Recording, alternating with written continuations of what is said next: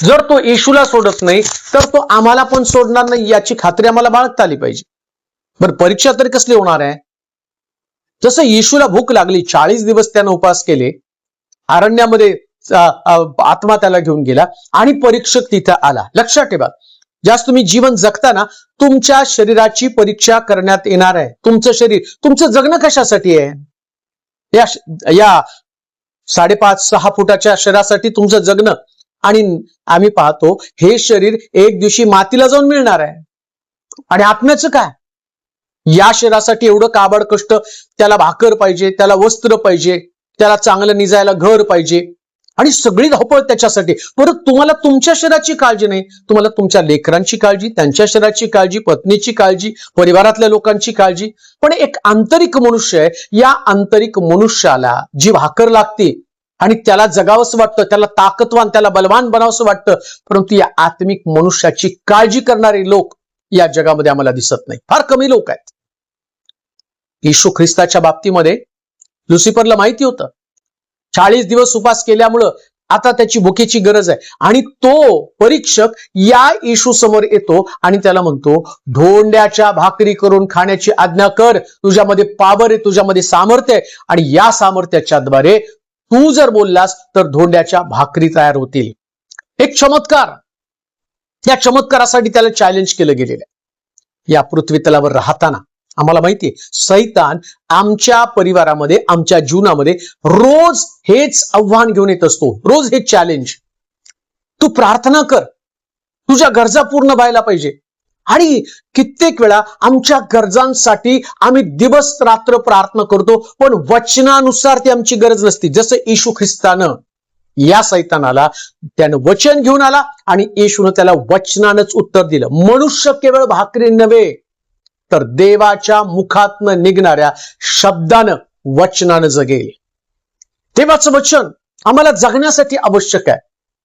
येशू ख्रिस्ताची गरज भाकर होती, पण त्याला माहिती होतं हे भाकर खाल्लेलं शरीर जे आहे ना, हे कबरेमध्ये जाणार आहे, सडणार आहे, आणि 3 दिवसानंतर ते पुनरुत्थित होणार, ते गौरवी शरीर असणार.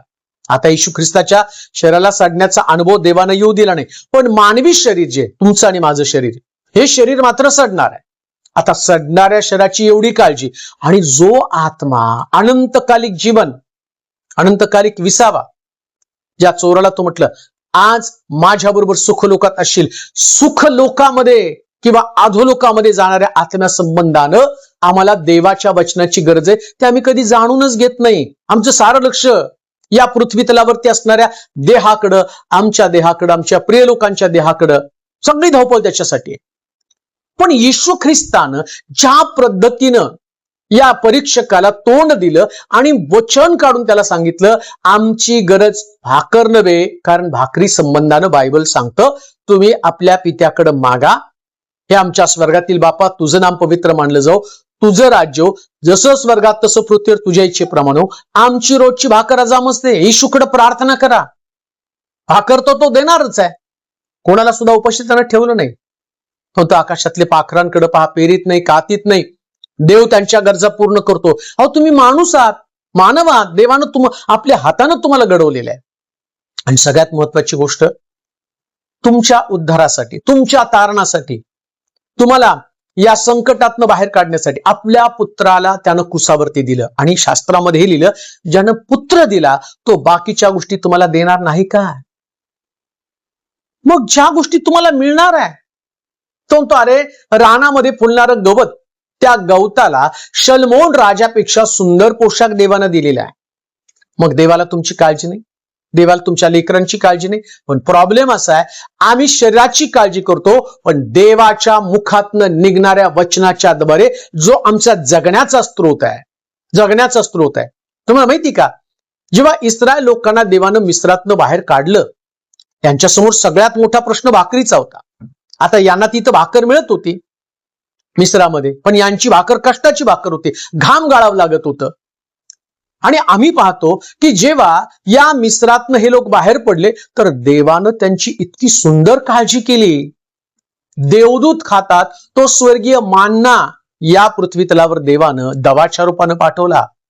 आणि एक दिवस नाही, रोजच्या दिवसामध्ये 40 वर्षाच्या प्रवासामध्ये यांना मानना देवानं दिला. 40 वर्षाच्या प्रवासामध्ये तुमचं आयुष्य किती आहे याची चिंता करू नका.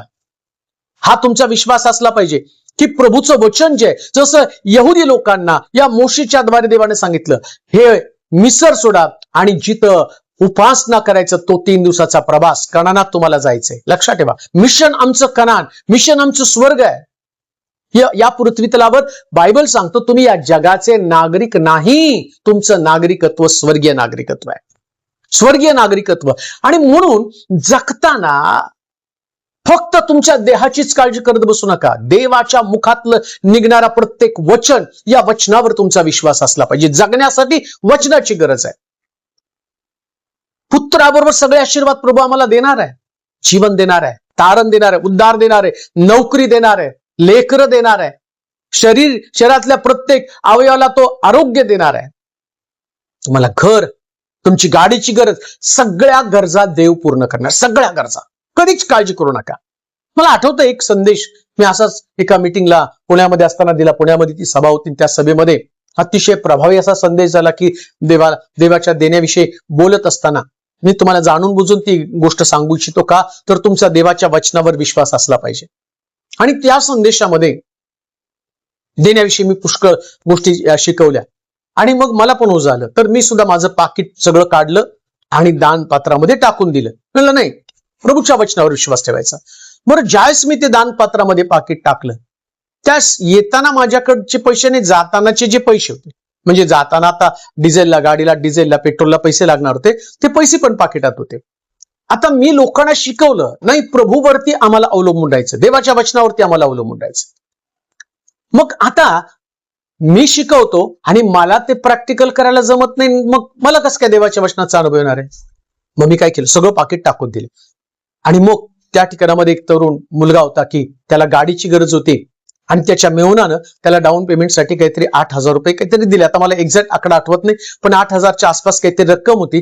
तो म्हटला डाऊन पेमेंट भर आणि गाडी घेऊन ये. परंतु तो मुलगा इतका वचनानं प्रभावित झाला आणि त्याने देवाच्या वचनावरती विश्वास ठेवला, प्रभू माझी गरज पूर्ण करेल.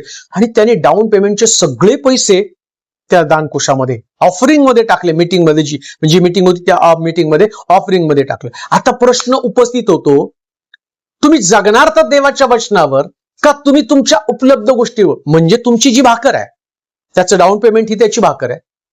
माझ्या पाकिटामधले गाडीचे डिझेलचे पैसे हे माझी भाकर आहे. आता मला भाकरीवर जगायचं का देवाच्या वचनावर जगायचं, हा मोठा प्रश्न आहे. कधी कधी आमच्या समोर हा संभ्रम असतो.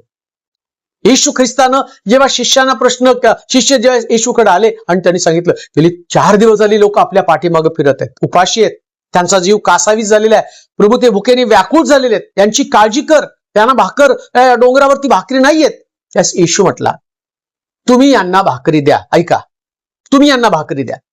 आता यांच्या समोर मोठा प्रश्न आहे, 200 रुपये त्यांच्याकडे, 200 रुपयाच्या भाकरी किती लोकांना पुरणार आहे? अरे तुम्ही भाकरी द्या, याचा अर्थ विधवेनं जशी भाकर दिली ना, एलिया तिला शब्द टाकतो, तो काय म्हणतो, बाई माझ्यासाठी भाकर आण, भाज, मग तुझ्यासाठी व तुझ्या मुलासाठी भाकर भाज. हा देवाचा शब्द आहे. आता तिला तिच्या पोटाची काळजी, तिच्या मुलाची काळजी. आता मुलाची काळजी करताना एलियाची काळजी कशी काय करणार आहे ती? एलियाला भाकर दिली तर मुलगा मरणार आहे, पण प्रभूचं वचन तिच्याकडे आहे ना, प्रभूचं वचन आहे तिच्याकडं. मी आज देवाच्या सेवकाला जगवेल, देव माझ्या मुलाला जगवेल. एक साधं सिंपल आणि बिब्लिकल लॉजिक आहे. जेव्हा तुम्ही देवाच्या वचनावर विश्वास ठेवता तेव्हा तुम्हाला तुमचं सर्वस्व अर्पण करावं लागतं. इस्रायल लोकांना रानामध्ये देवाने हाच अनुभव दिला. तुमची नोकरी, फारोच्या ठिकाणचं तुमचं काम, विटा भाजणं, माती जमा करणं, गवत जमा करणं, याच्यामध्ये अडकून पडू नका. आता तुम्हाला देवाच्या वचनावर विश्वास ठेवून मी सांगतो त्या वचनावर तुम्हाला चालावं लागलं तर रानामधला मान्ना खाल, रानामध्ये स्वर्गीय मान्ना तुम्ही खाल. रानातला अनुभव हा तुमच्यासाठी स्वर्गीय मान्याचा अनुभव असणार आहे. आज जे देवाचं वचन आहे काय, तुमच्याकडं जसं त्या लोकांकडे 200 रुपये होते, भाकरी आणू शकले असते, परंतु त्यांनी भाकरी आणल्या नाही. कदाचित तुम्ही देखील देवाचं वचन ऐकणारे लोक आहात, तुम्ही तुमच्या भविष्यासाठी प्रचंड तरतूद करून ठेवलेली आहे, प्रचंड तरतूद. पण तुमच्याकडे देवाचं वचनच नाही ना, तो तर नाही, आता माझ्याकडे भरपूर पैसा कमवला, आता मला ना देवाच्या कृपेची गरज आहे ना मला देवाच्या दयेची गरज. आता त्या श्रीमंत माणसानं बांधलेला कोठारा संबंधानं काय? त्यानं सगळं आयुष्य धावपळीमध्ये घालवलं. हे जीवा, खा पी मजा कर, शेतामध्ये पीक पिकवलं आणि भरपूर पीक आलं, कोठार पाडली, नवीन बांधली आणि तेवढ्यामध्ये तो म्हणतो, हे जीवा आता भरपूर कमवलं, खा पी मजा कर. अरे तुझ्याकडे भरपूर आहे, पण तुझ्याकडे देवाचं वचन नाही. ज्यांच्याकडे देवाचं वचन आहे त्यांचं जगणं खरं जगणं आहे. देवाच्या वचनावर आधारित जीवन जगा. देव तुमची गरज त्याच्या सामर्थ्यानुरूप पूर्ण करणार आहे. हे वचनाचा अनुभव तुम्हाला घेता आला पाहिजे. आणि देवाच्या वचनाचा अनुभव घेणारे लोक, एलियाला देव म्हटला झाडाखाली जाऊन बस, कावळ्यांच्या द्वारे भाकर आणि मांसाचे तुकडे मी तुला पाठवेल. तो देवाच्या वचनावर आधारित जीवन तो जगला. तुमच्या जगण्याचं स्रोत काय? तुमचा विश्वास काय? तुम्ही कुठल्या पद्धतीने जगता? तुमच्या जगण्याचे पैलू कोणते आहेत? कशावर अवलंबून जीवन जगता? तुमची नोकरी, तुमची लेकरं, तुमचा पती, तुमचा भाऊ, तुमची बहीण, तुमचा अधिकारी कोणाकडे पाहून ती तुम्हाला भाकर देतात?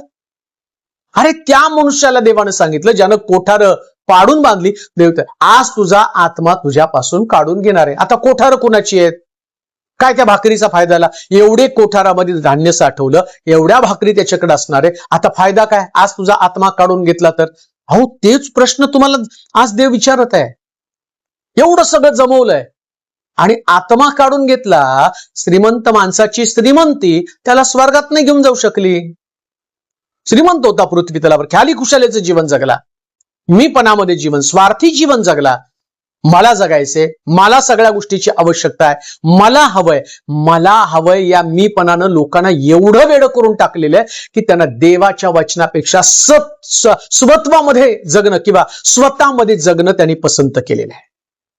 स्वतःमध्ये जगणं. देवाचे प्रिय लोक, स्वतःमध्ये जगण्याचा प्रयत्न करू नका. वचनावर आधारित जीवन, देवाच्या वचनावर विश्वास ठेवून जीवन जगा. एलिया उठला. आता एलियाने प्रश्न केला पाहिजे, कावळ्याच्या तोंडातली भाकर मी खाऊ का? कावळ्याच्या तोंडातलं मांसाचे तुकडे मी खाऊ का? तो देवाचं वचन सांगताना खा म्हटल्यावर खायचं. आणि कावळा, मला माहित नाही कावळ्याने त्याला कसला मांसाचा तुकडा आणि कुठल्या भाकरी आणून दिल्या, परंतु एलिया रोज कावळ्यांची वाट पाहत होता, भाकरीची वाट पाहत होता. कारण देव जे देतो ते सर्वोत्तम प्रकारचं देव त्याच्या सेवकाला देत असतो. दुष्काळामध्ये सुद्धा सर्वोत्तम. हे सेवकांना देवाने दिलेले आशीर्वाद आहेत. आणि एक गोष्ट ध्यानात ठेवा, हे कावळे सुद्धा जे आहेत ना, ते आशीर्वादित कावळे आहेत की ज्या कावळ्यांनी सेवकाची गरज पूर्ण करण्यासाठी देवाचं वचन ऐकलं. मनुष्य केवळ, आता तिथं जर तुम्ही बघितलं, कावळ्याने सुद्धा वचनावर विश्वास ठेवला.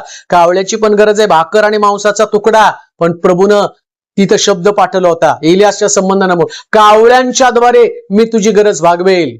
कावळे तुला भाकर आणि मांसाचा तुकडा आणून देतील. अहो कावळ्यांनी विश्वास ठेवला, जगण्यासाठी नुसती मला भाकर आवश्यक आहे, मला मांसाचे तुकडे आवश्यक नाही. तर त्यांनी कावळ्यांनी काय केलं? प्रभूचा शब्द, देवाचं वचन पाळलं. आणि आम्ही पाहतो या कावळ्यांनी एलियाला भाकर आणि मांसाचा तुकडा दिला. देवाचे प्रिय लोक हो, धन्य ते कावळे. आणि त्या कावळ्यासारखे लोक या पृथ्वी तलावरती निर्माण झाले पाहिजे. कावळ्यांची गरज भाकर आणि मांसाचा तुकडा होता. तुमची पण गरज आहे. परंतु जसं एलिया सेवा करतो तसे काही सेवक सेवा करत आहेत. त्यांच्यासाठी कोण कावळे बनणार आहे? कोण त्यांच्यासाठी मदत करणार आहे? कोण भाकर आणि मांसाचा तुकडा घेऊन जाणार आहे? जे देवाच्या वचनावर विश्वास ठेवून प्रभूचं काम करत आहे. देवाच्या वचनावरती. त्यांच्याकडे मंडळ्या नाहीत, त्यांच्याकडे जगण्याचा मार्ग नाहीये, परंतु देवाचा शब्द घेऊन ते चाललेले आहे. देवाचा शब्द. किती कठीण परिस्थिती. मला स्वतः आठवतं की एकदा असंच मिटिंगला गेलो होतो आणि मिटिंगला गेल्यावरती एक पालक आणि त्याची मुलगी, त्याची पत्नी, छोटं बाळ त्यांनी दत्तक घेतलेलं होतं त्या पास्टरनं, आणि त्या मुलीला घेऊन माझी त्यांची भेट झाली.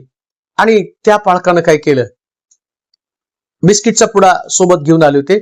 छोटी ती मुलगी होती. मग बसल्यानंतर कोणीतरी पाणी दिलं आम्हाला प्यायला.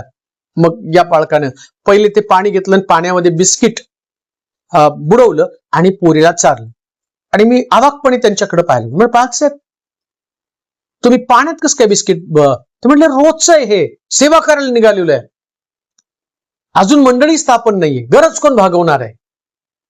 मग माझ्या बाळाला मी हे पाण्यामध्ये बिस्किट बुडवून खाण्याची सवय लावत आहे. अहो, सेवकांची अवस्था आहे, पण ते देवाच्या वचनावर विश्वास ठेवून सेवा करत आहे. त्यांना माहिती की आम्हाला देणारे कोणी नसलं तर आम्हाला देवाकडे पाहावं लागणार आहे. आम्ही त्याच उद्देशानं घराच्या बाहेर पडतो. कोणत्या उद्देशानं? प्रभू देणारा देव आहे, कावळे निर्माण करेल, त्यांच्या तोंडामध्ये भाकर आणेल, आणि कावळे सुद्धा असे असतील की जे कावळे देवाचा शब्द मानणारे कावळे असतील. कदाचित तुमच्यातले पुष्कळ लोक देवाचा शब्द मानणारे कावळ्यांसारखे असतील की जे सेवकांना मदत करत आहे. मनोभावे सेवा करणारे लोक, आत्म्यात्म सेवा करणारे लोक, आपल्या परिवाराचा, कुटुंबाचा विचार न करता सेवा करणारे लोक. लक्षात ठेवा, सेवक अशी सेवा करत नसतो.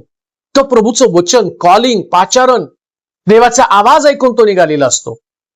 अब्रामाला जेव्हा देवाने आवाज दिला, आपले गणगोत, आपले नातेवाईक, आपला देश सगळं सोडून तुला माझ्या मागे यावं लागेल.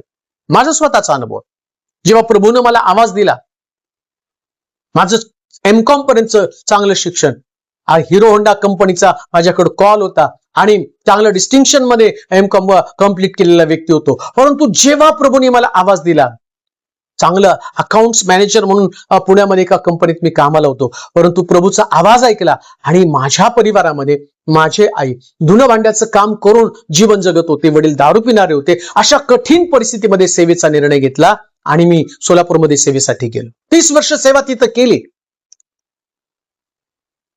आणि मग ते करत असताना ज्या पद्धतीला तोंड द्यावं लागलं ते मला चांगलं माहितीये आणि मी माझ्या अनेक साक्षींमधनं तुम्हाला सांगितलेले. आणि म्हणून लक्षात ठेवा, देवाचा शब्द आणि भाकर या दोन्ही गोष्टींमध्ये फरक आहे. मनुष्य केवळ भाकरीन नव्हे, देवाच्या मुखातनं निघणाऱ्या प्रत्येक वचनानं तो जगेल. आणि मी स्वतः 30 वर्षाच्या अनुभवात आत्ताही मी देवाच्या वचनावरच जगत आहे.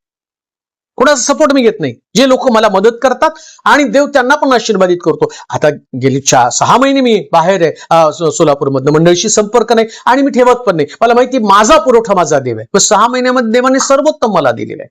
ते कावळे जे आशीर्वादाचं कारण बनले, ते कावळे, आणि त्यांना देवाने पाठवलं, ते पुरवठा करत आहे, आशीर्वादित होत आहेत. ते सांगतायत त्यांच्या साक्षी, पाळक साहेब तुम्हाला दिल्यावर देवाने आम्हाला फार आशीर्वादित केलं. मला त्याच्यामध्ये जायचं नाही. परंतु जेव्हा त्या सेवकाकडे मी पाहिलं आणि मला वाईट वाटलं की देवाच्या सेवकांची ही व्यथा आहे. तुम्ही तुमच्या घरामध्ये फार खुशालीचे जीवन जगता, आनंदी जीवन जगता, तुमचे मुलं चांगले खात आहेत, पित आहेत, पण बऱ्याच सेवकांची परिस्थिती तुमच्या डोळ्याच्या आड आहे. त्यांनी सेवा करताना त्यांना कुठल्याही प्रकारचं भविष्य नसताना ते सेवा करतात, देवाचं वचन गाजवतात आणि घराघरामध्ये जाऊन लोकांसाठी प्रार्थना करतात, परंतु तरी सुद्धा ते देवाच्या वचनावर अवलंबून राहणारे लोक आहेत. मनुष्य केवळ भाकरी नव्हे, देवाच्या मुखातनं निघणाऱ्या शब्दानं जगेल.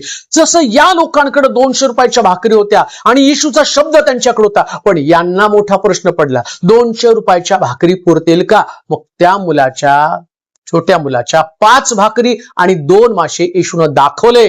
हा माझ्या मुखातला शब्द आहे. 5 भाकरी 2 मासे यांचा पुरवठा मी तुम्हाला दाखवतो. आणि बायबल सांगतं 5000 पुरुष, स्त्रिया आणि लेकरं वेगळी. आता मला माहित नाही एका माणसाची पत्नी आणि तिची लेकरं म्हणून किती मोठा जमा होईल. तिथं फक्त पुरुष कॅल्क्युलेट केले जात होते, पुरुषांची मोजदाद केली जात होती. परंतु या मुलानं येशूच्या शब्दावरती विश्वास ठेवला. येशूच्या शब्दावरती, यांना खायला भाकरी द्या, एवढा एक शब्द त्या मुलानं ऐकला आणि तो म्हणतो मला आशीर्वादित होण्याचा समय आलेला आहे. लक्षात ठेवा, आशीर्वादित होण्याचा समय जे तुमचं आहे ते तुम्ही दुसऱ्याला देण्याचा समय म्हणजे आशीर्वादित होण्याचा समय. विधवेनं तिची भाकर, तिच्या मुलाची भाकर एलियाला दिला, ती आशीर्वादित झाली. किती वर्ष आशीर्वादित झाली? 3.5 वर्षाचा पुरवठा. 3.5 वर्षाचा पुरवठा तिला झाला. का तर एलियाचा शब्द तिने ऐकला, एलियाच्या शब्दावरती विश्वास ठेवला. तिने का केलं नाही? शक्य आहे का असं? माझ्या मुलाची भाकर खाल्ल्यावर आजपर्यंत असं घडलं का? माझी भाकर एलियाला दिली आणि एलियानं कोणाला सुद्धा 3.5 वर्षाचा पुरवठा तर दिला नाही. एलिया म्हणतो माझ्यासाठी भाकर भाज, मग तुझ्या मुलासाठी व तुझ्यासाठी भाकर भाज, आधी माझ्यासाठी भाज. हा शब्द आहे देवाचा. आता तिच्याकडे तिची भाकर आहे आणि एलियाकडे देवाच्या शब्दाची भाकर आहे. आज जे वचन मी तुम्हाला सांगत आहे, हे वचन तुमच्या परिवारासाठी भाकर, हे वचन तुमच्या कुटुंबासाठी भाकर आहे. या वचनाच्या द्वारे तुमच्या जीवनामध्ये तुम्ही आशीर्वाद अनुभवणार आहात आणि देवाला चॅलेंज स्वीकारणारे लोक आवडतात. वचनाचं चॅलेंज त्या मुलानं स्वीकारलं. त्यानं आपली भाकर आणून त्या मासे आणून येशूच्या स्वाधीन केले. कारण त्याला माहितीये मी 4 दिवस झालो माझ्या भाकरीवरती जगत आहे, पण आता मी येशूच्या वचनावर जगेल. कोण असे लोक जे देवाचं वचन स्वीकारून देवाच्या वचनावरती आधारित जीवन जगणारे लोक कोण आहेत? देव असे लोक आहेत. अशा लोकांना देवाची गरज आहे. देव अशा लोकांना शोधत आहे. मनुष्य केवळ भाकरी नव्हे तर देवाच्या मुखातनं निघणाऱ्या शब्दानं जगेल. देवाच्या मुखातल्या शब्दानं जगायला शिका. जसं तो मुलगा देवाच्या शब्दानं जीवन जगला. आज आमच्या समोर एक मोठं आव्हान आहे. आम्ही जगतो स्वार्थी जगत आहोत. वेदवेनं स्वार्थी जगले नाही. आपल्या मुलापुरता विचार केला नाही, आपल्या परिवारापुरता विचार केला नाही, स्वतःपुरता विचार केला नाही. तिच्या विचाराची कक्षा तिने वाढवली. तुमच्या विचारांची कक्षा तुम्ही वाढवा. एक अनुभव घ्या रोजच्या जीवनामध्ये. प्रिया असं लिहिलं, परीक्षक येशूकडे आला, परीक्षकानं त्याची परीक्षा केली आणि त्याच्यानंतर लिहिलं की सैतान परीक्षक त्याला सोडून गेला. जर परीक्षकानं तुम्हाला सोडून जायला पाहिजे तर त्याच्यासाठी तुम्हाला नेहमी या परीक्षकाच्या विरोधामध्ये काम करणारं देवाचं वचन त्याच्यावर तुम्हाला अवलंबून राहायला शिकलं पाहिजे. आता सैतानाकडे पण देवाचं वचन होतं. त्यानं पण देवाचं वचन घेऊनच या येशूची परीक्षा घेतलेली. सैतान तुम्हाला वचनाच्या द्वारेच कोंडीमध्ये पकडणार आहे.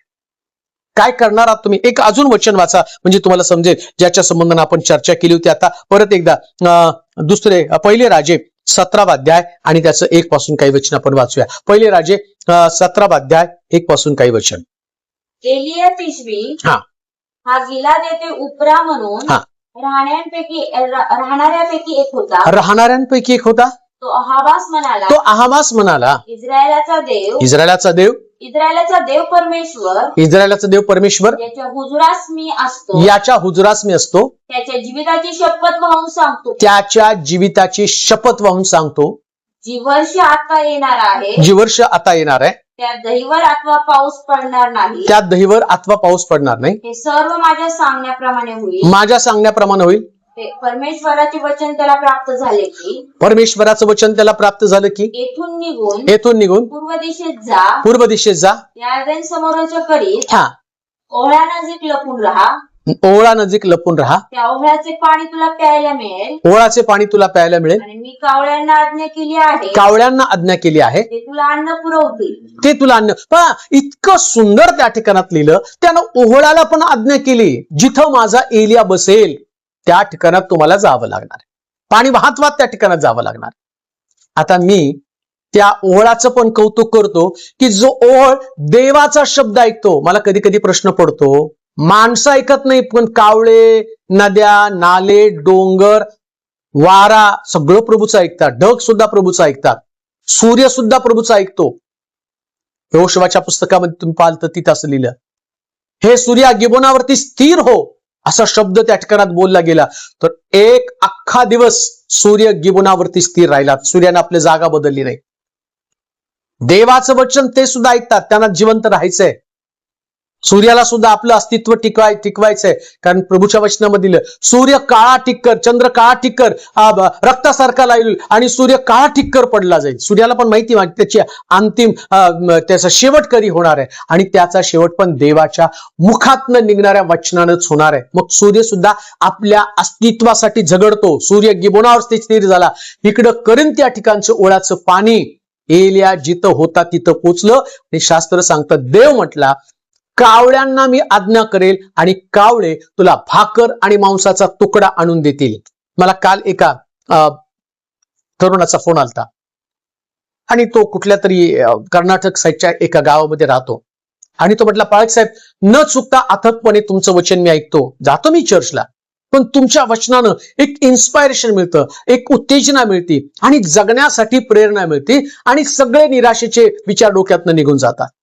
आणि मग मला असं वाटलं, चर्चला तर मी देतो पण तुमच्यासारखे सेवक सेवा करत आहे आणि त्यांना सुद्धा मदत करणं माझं काम आहे. म्हणून मी असं ठरवलं तुमचं वचन ऐकल्यावर, तुम्ही म्हटलं की पेरणी करा, मला तुमच्या मिनिस्ट्रीमध्ये पेरणी करायचंय, मी माझ्या चर्चला पण देतो, पण मला तुमच्या मिनिस्ट्रीमध्ये. अहो कावळे, देव सांगतो कावळ्यांना, प्रेरित करतो. म्हटलं मी आशीर्वादित झालो आणि तुम्हाला देताना देव मला आशीर्वाद देत आहे. मी जेव्हा दिलं तेव्हा देवाने मला आशीर्वाद. कावळ्यांच्या बाबतीमध्ये तसंच घडलं. मनुष्य केवळ भाकरी नव्हे, देवाच्या मुखातनं निघणाऱ्या शब्दानं जगेल. कावळ्यांना देवाच्या वचनावर विश्वास होता. तुम्हाला देवाच्या वचनावर विश्वास आहे का? जर देवाच्या वचनावर विश्वास आहे तर तुम्ही तुमच्या भविष्याची चिंताच करू नका. तुमचं भविष्य काय होईल? अहो म्हणून तर आम्ही पाहतो प्रेषितांच्या कृत्यामध्ये प्रेषित लोकांचं संजीवनाचं काम इतकं अद्भुत होतं की लोकांनी आपली मालमत्ता विकली आणि प्रेषितांच्या चरणाजवळ आणून ठेवली. म्हटलं घ्या, आम्हाला देवाचं वचन सांगा, देवाचं वचन ऐकवा. ते आपल्या घरामध्ये नाही बसले की तुम्ही आमच्या घरी या, प्रार्थना करा आणि मग आम्ही तुमच्या वचनावरती विश्वास ठेवू. त्यांना माहितीये नाही, देवाचं वचन कुठं ऐकायला मिळतं तिथं पोहोचलं पाहिजे. ओळ सुद्धा एलिया जिथं पोहोचला ना, एलिया जिथं होता झाडाखाली, तिथं ओळ पोचला. तुम्ही देवाचं वचन ऐकायला आपलं जागा ठिकाण सोडता का भाकरीच्या मागच तुम्ही पळत आहात?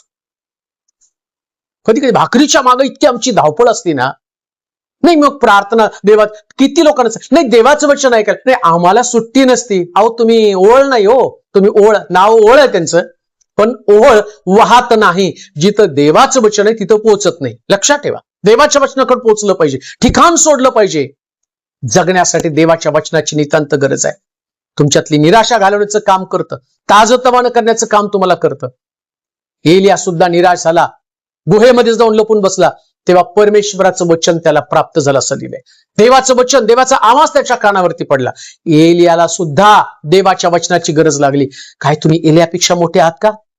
एलियापेक्षा जास्त तुमचा विश्वास आहे का? नाही, तुम्हाला वचनाच्या द्वारे स्थिर केलं जाणार आहे. ऑनलाईनच्या भानगडीत पडू नका. बऱ्याच लोकांना असं वाटतं की नाही ऑनलाईन देवाचं वचन मी पुण्यात चालू केल्यावर बरेच लोक म्हणले नाही ऑनलाईन आमच्यासाठी लिंक पाठवा. नाही पाठवणार तुमच्यासाठी ऑनलाईन लिंक. का तर ओहळाला एलियाकडे यावं लागणार आहे. एलिया ओळाकडे नाही जाणार, ओहळाला एलियाकडे यावं लागणार आहे. वाहत वाहत एलियाकडे यावं. कावळ्यांकडे एलिया जाणार नाही, कावळे एलियाकडे येणार आहेत. मी तुमच्या घरी येणार नाही, सेवक तुमच्या घरी येणार नाही. एक लोकांना ती सवय लागलेली लोक. कोणतं सेवक घरामध्ये आला मग बायबल उघडायचं, त्याच्यात पैसे ठेवायचे आणि मग घ्या म्हणायचं याला असे. नाही होत असं. विधवेना भाकर दिली, कावळ्यानं आणून भाकर आणि मांसाचे तुकडे दिले, असे देणारे लोक असतात, असे आज्ञापालन करणारे लोक असतात. हे देवाच्या वचनानुसार जीवन जगणारे लोक आहेत. त्याने विचार करत का त्या ठिकाणामध्ये आता हे काय करणार आहे? बऱ्याच लोकांना देताना हे कशासाठी वापरणार? देवाच्या राज्यासाठीच वापरणार का? मग यांनी खाल्लं तर अरे देवाचं राज्य तुम्ही ज्यावेळेस देताना तो एलिया भाकर खात होता. एलियाला काही नैवेद्य दाखवलं नाही. एलियाला काय मांसाचं तुकड्याचं नैवेद्य दाखवलं नाही. त्यांनी खावं लागलं. कोणी माझ्या दासाला प्यालाभर पाणी दिला तर आपल्या प्रतिफळास मुकणार नाही, त्याला प्रतिफळ मिळतं. भाकरी येशूच्या स्वाधीन केल्या, येशूने लोकांना दिल्या, ज्यांची गरज होती त्यांना दिल्या. तुम्हाला देवानं भाकर दिली, तुम्ही भाकरीसाठी जगू नका, ज्यांची गरज आहे त्यांच्यामध्ये वाटा. याला म्हटलं आत्मिक जीवन आणि याला म्हटलं देवाच्या वचनावर आधारित असणारं जीवन. तुम्ही तुमची भाकर फक्त तुमच्या पुरती मर्यादित ठेवता. जसं त्या विधवा म्हणती माझ्या घरात शेवटची भाकर आहे, मी खाणार, मुलगा खाणार आणि मरणार. नीट ऐका, आध्यात्मिक जीवन कसं असतं ते. तुमची भाकर खाऊन तुम्ही खाणार, मुलगा खाणार आणि मरणार. पण एलियाची भाकर लक्षात घ्या, एलियाच्या भाकरीनं या बाईच्या मुलाचं आणि तिचं आयुष्य वाढवलं. कारण एलियाकडं जी भाकर होती ती वचनाची भाकर होती. या बाईकडे जी भाकर होती टोपल्यातली भाकर होती. टोपल्यातली भाकर संपती आणि टोपल्यातली भाकर काही तासाचा, एका वेळेचा ती पुरवठा आहे. एलियाकडे वचनाची भाकर आहे आणि वचनाच्या भाकरीचं वैशिष्ट्य काय माहिती का? वचनाची भाकर तुमच्या भाकरीपेक्षा प्रभावित आणि श्रेष्ठ अशा प्रकारची भाकर आहे. त्या भाकरीनं आपला प्रभाव टाकला आणि 3.5 वर्ष ना तिला ना तिच्या मुलाला कोणत्याच गोष्टीचं कमीपण पडू दिलं नाही. प्रभूचं वचन, याची ताकद समजावून घ्या. जेव्हा तुम्ही देवाच्या वचनावर आधारित जीवन जगताना प्रभू त्याच्या वचनाच्या द्वारे तुमची गरज पूर्ण करत असतो. म्हणून भाकरीसाठी जगू नका, वचनासाठी जगा. देवाचं वचन, सामर्थ्यानं भरलेलं वचन, प्रभावी वचन. या मुलानं वचन ऐकलं आणि त्यानं 5 भाकरी 2 मासे येशूनं वचनावर विश्वास ठेवल्या कारणानं 12 टोपल्या भरून आशीर्वाद त्याला दिले. 12 टोपल्या. दिला 3.5 वर्षाचा पुरवठा. इतकं महान प्रकारचं सामर्थ्य देव त्याच्या वचनाच्या द्वारे पाठवत आहे. मिस्रामध्ये इस्रायल लोकांनी फक्त भाकरीपुरतं जीवन जगलं, पण येशूनं, देवानं त्यांना 40 वर्ष रानामध्ये मान्ना खाऊ घातला. नुसतं मान्ना नावी, लावे पक्षी, जे त्यांची मागणी होती ती मागणी त्यांनी पूर्ण केलं. का? तर ते देवाच्या वचनानुसार त्यांनी मिसर सोडला. जेव्हा तुम्ही देवाच्या वचनासाठी आपले ठिकाण सोडता, आपलं घर, आपलं आणि व्यस्त वेळ तुम्ही सोडता आणि प्रभूचं वचन ऐकायला येता, एक गोष्ट ध्यानात ठेवा, जसं शास्त्रामध्ये लिहिलं, त्यांचे कपडे फाटले नाहीत, त्यांच्या वाहना झिजल्या नाहीत आणि प्रभूनं त्यांचा परिवार वाढवला, देवानं त्यांना आशीर्वादित केलं. तुम्हाला माहिती का, तुम्ही देवाचं वचन ऐकण्यासाठी जेव्हा आपलं ठिकाण सोडता तेव्हा प्रभू इतका पुरवठा तुम्हाला करतो. ना तुम्हाला वस्त्राची कमी राहते, ना तुम्हाला घराची कमी राहते, ना तुम्हाला आणि कुठल्या उत्तम गोष्टींच्या पुरवठ्याची कमी राहते. देवाने सगळा पुरवठा त्यांना केला. हे प्रभूचं वचन आहे. या वचनातली ताकद अनुभवा, समजून घ्या. आणि म्हणून मनुष्य केवळ भाकरी नव्हे, देवाच्या मुखातनं निघणाऱ्या प्रत्येक वचनानं जगेल. विधवेचा मुलगा मेला नाही, विधवा मेली नाही, मुलगा डोंगरावर ते मेला नाही. उलट ज्या मुलाच्या 5 भाकरी त्याला काही दिवस पुरवठा देणार होत्या, परंतु जाताना 12 टोपल्या हा त्याचा अनुभव होता आणि तो अनुभव त्यांनी अनेक लोकांना शेअर केला. मग दुसऱ्यांदा शिष्य शुद्धीवरती आले आणि बायबल सांगतं की त्यांनी 4 भाकरी आणि काही मासे घेऊन आले. 7 भाकरी आणि काही मासे घेऊन आले. 7 भाकरी. त्यांना त्यांच्या डोक्यामध्ये प्रकाश पडला, अरे नाही, आपल्या भाकरी या आशीर्वादाचं कारण आहे. आपण प्रभूच्या शब्दावरती विश्वास ठेवला पाहिजे. मग दुसऱ्यांदा ज्यावेळेस येशूने विचारलं, तुमच्याकडे भाकरी आहेत का? त्यांनी 7 भाकरी आणि काही मासे आण. माहित नाही, माशांची गणती त्या ठिकाणात दिली नाही आणि आम्ही पाहतो की त्या 7 भाकरी आणि काही मासे त्या सगळ्या लोकांमध्ये वाटले. आशीर्वाद नेहमी वाटण्यामध्ये असतात. आशीर्वाद साठवण्यामध्ये धन्यता मानू नका, आशीर्वाद वाटण्यामध्ये पुढे जा. देवा तुम्हाला आशीर्वादित करो. देवाचं वचन तुमच्याकडे आलेलं असताना या वचनावर विश्वास ठेवा. भाकरीने जगू नका, तर वचनानं आपलं जीवन जगा. देवा तुम्हाला आशीर्वाद द्या. आपण प्रार्थना करू. सर्वशक्तिमान जिवंत देवा, तुझ्या महान कृपेबद्दल, तुझ्या दयेबद्दल तुला धन्यवाद देतोय. खरोखर तुझ्या वचनामध्ये असाधारण अशा प्रकारची ताकद आहे. तुझं वचन आम्हाला उत्तेजित करतं, तुझं वचन आमची बांधणी करतं, तुझं वचन आमच्यामध्ये विश्वास निर्माण करतं. आज ऐकणाऱ्या प्रत्येक व्यक्तीसाठी मी प्रार्थना करतो, भाकरीसाठी नव्हे तर देवाच्या वचनासाठी त्यांनी जीवन जगावं. पुष्कळ लोक त्यांची धावपळ, आपला परिवार, आपलं घर, माझी पत्नी, माझी लेकरं, माझी मंडळी, यापुरतं त्यांचं धावपळ चालू आहे प्रभूची. परंतु तुझे अनेक सेवक संतगण तुझी सेवा रानावनामध्ये, काट्या कुसळ्यामध्ये करत आहे, ज्यांच्याकडे मंडळ्या नाहीत आणि खेड्यापाड्यामध्ये जाऊन सुवार्ता प्रसार करत आहे. त्यांचे परिवार संकटामध्ये, त्यांच्या परिवाराला आणि कितीतरी प्रश्नाला तोंड द्यावं लागतं. अशा लोकांसाठीच ओझं दे. त्यांना तसे कावळे बनव, जे कावळे देवाच्या आज्ञेचं पालन करणारे. प्रभू, मी प्रार्थना करतो, जे तुझं वचन ऐकत आहे, वचनाच्या द्वारे त्याने आपले आशीर्वाद स्वीकारावे. आज तुझ्या वचनातले आशीर्वाद नोकरीची मी जाहीर करत आहे. ऐकणाऱ्या प्रत्येक व्यक्तीला, ज्याला नोकरीची गरज आहे, त्यानं ते स्वीकारावं आणि प्रभूचं अभिवचन स्वीकारल्यानंतर त्यांच्या जीवनात साक्ष घडली जाऊ दे. ज्यांना आरोग्याची गरज आहे त्यांना आरोग्य दे प्रभूची. लेकरांची गरज आहे, लेकरांचे आशीर्वाद त्यांना तू दे. घर बांधण्यासाठी धडपडणाऱ्या लोकांसाठी प्रार्थना करतो, त्यांची आर्थिक बाजू भक्कम कर, त्यांच्यासाठी आशीर्वाद मोकळे कर. परिवारामध्ये चाललेलं सगळे वादविवाद, अशांती, गोंधळ शांत होऊन त्यांच्या घरामध्ये शांतीचं वातावरण निर्माण कर. जे लोक त्या मिनिस्ट्रीसाठी हातभार लावत आहेत, त्या मिनिस्ट्रीचे कावळे ते बनलेले आहेत प्रभूजी, त्याही कावळ्यांसाठी मी प्रार्थना करतो, त्यांना आशीर्वादित कर. एवढे आशीर्वाद त्यांच्या घरामध्ये पाठव की त्यांना जाणवू दे, देवानं विधवेला आशीर्वादित केलं, देवानं मुलाला आशीर्वादित केलं, आता देव त्यांना आशीर्वादित करते, हा त्यांचा अनुभव दे. धन्यवाद देत तुझी स्तुती करत येशूच्या नावात ही प्रार्थना विनवणी केली म्हणून तो ऐक. आमेन. आता देव बापाची प्रीती, प्रभू येशू ख्रिस्ताची कृपा, पवित्र आत्म्याची सहभागिता तुम्हा सर्वांबरोबर आता आणि सदा सर्वकाळ राहो. आमेन.